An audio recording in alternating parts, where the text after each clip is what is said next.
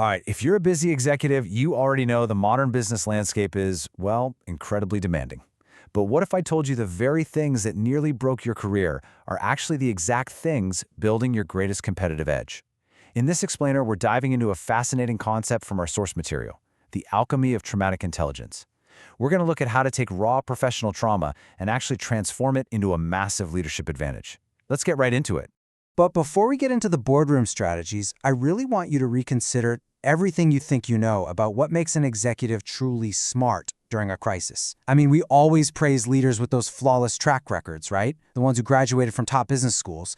But honestly, in the middle of a catastrophic market downturn or some sudden massive organizational restructuring, a shiny resume doesn't exactly translate to survival. So the real question here is, what is the absolute rarest form of intelligence that actually saves a company when the whole shebang is on the line?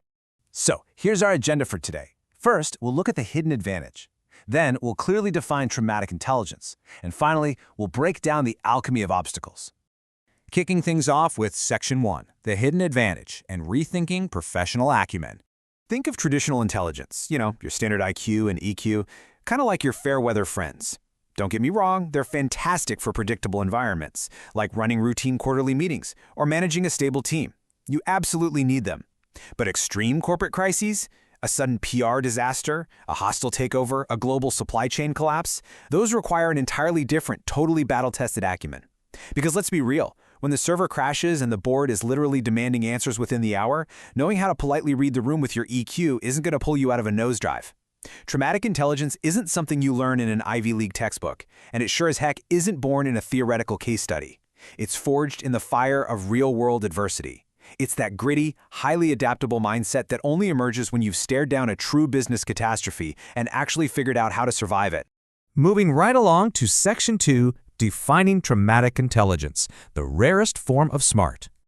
So our source material straight up identifies traumatic intelligence as the absolute rarest and most powerful form of smart. I love this analogy they use. Think of a ship's radar. A captain who's only ever sailed in calm waters, they might not even notice a subtle drop in barometric pressure. Everything looks totally fine to them. But a captain who has actually navigated through violent hurricanes, their radar is hyper fine-tuned to every subtle shift in the wind, every micro change in the current. And it's the exact same in business. If you've survived a major professional crucible, like leading a division through a brutal recession or bouncing back from a highly public product failure, your internal radar for risk and opportunity operates on a completely different frequency. You don't just see the problems when they hit the deck, you literally sense them forming miles away. And that's absolutely crucial. This isn't a vulnerability. It is forged steel. It's a unique intelligence created only by going through the fire. In looking at this breakdown, out of all the capabilities and intelligence types a leader can possess, traumatic intelligence makes up the tiniest, most exclusive sliver of the pie. To put that into perspective, studies often show that a surprising number of executives, some estimate as high as 40%, actually fail or quit within their first 18 months just because they can't handle unforeseen pressures. So why is this specific resilience so incredibly rare? Well, it's because you can't fast-track it. You can't just go buy a weekend seminar to get it, and you definitely can't hire a consultant to magically impart it to you. You have to earn it by facing and overcoming severe professional obstacles.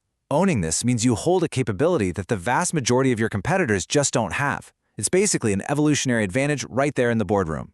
Which brings us to Section 3, the alchemy of obstacles, where we'll extract the core signs. Now, in medieval times, alchemy was that mythical quest to turn ordinary, heavy lead into precious gold, right? Well, in leadership, this alchemy is a very real, highly practical process. It is the literal act of taking the crushing, suffocating weight of business obstacles. Maybe it's navigating a brutal mass layoff, surviving a failed startup that cost millions, or weathering a vicious market shift that totally decimated your industry, and chemically altering all of it into the gold of predictive analytics and hypervigilance. Think about the sheer psychological toll of those events. Most people are completely broken by them, but the alchemist, they don't just survive the weight, they use the intense heat and pressure of that experience to transmute it into unmatched leadership intelligence. You absorb the blow, you process the data, and you emerge much, much sharper. Now, the source material originally points to 10 distinct signs that you possess this intelligence. But since you're a busy business leader, you just need the bottom line. So we're going to distill those down into 3 core, high-level benefits that directly impact your organization's success. First up, rapid crisis adaptation. Because you've seen things fall apart before, when a new crisis hits, you don't freeze up. You're not calling endless committees to decide what to do. Your brain immediately pivots to solutions, isolating the variables you can control and executing on them instantly. Second is extreme risk mitigation. Remember that fine-tuned radar we talked about? You spot the hidden liabilities in a merger contract or the structural flaws in a strategic plan literally months before your peers do, simply because you intimately know what those early warning signs look like. And third, unshakable resilience. When the board is panicking, stakeholders are furious, and your competitors are floundering, your baseline calm becomes the emotional anchor for your entire company. They look to you, they see you aren't rattled, and it completely neutralizes the panic. All right, to make this incredibly practical, here are 3 actionable steps you can use to immediately leverage your unique intelligence the very next time a major professional obstacle arises. Step 1, acknowledge the crucible. Don't avoid the difficulty or try to delegate the hardest parts away. Actually recognize that you're in a high-pressure situation and realize this is exactly the environment where your specific intelligence thrives. Step 2, apply your radar. Take a step back and actively scan the situation. Ask yourself, what subtle risks or hidden opportunities is my past trauma allowing me to see that everyone else in the room is completely missing? Trust that instinct. You get a very high price for it. And step 3, transform the obstacle. Use the alchemy. Take the chaotic energy of the crisis and deliberately channel it into a strategic advantage for your team. Use that disruption to innovate, to restructure inefficient departments, or even to aggressively capture market share while everyone else is blinded by panic. You're essentially shifting from a defensive posture straight into an offensive strategy. As we wrap up this explainer, I really want to anchor us on a highly empowering phrase straight from our source material. Trauma intelligence is the rarest and most powerful form of SMART. If you have faced intense professional trials, you haven't been weakened by them. Actually, you've been armed by them. You possess a rare, incredibly powerful intelligence that gives you a distinct, undeniable advantage in the modern business world. So I want to leave you with a provocative thought as you step back into your leadership role today. Look at the challenges sitting on your desk right now, not as threats, but as raw material.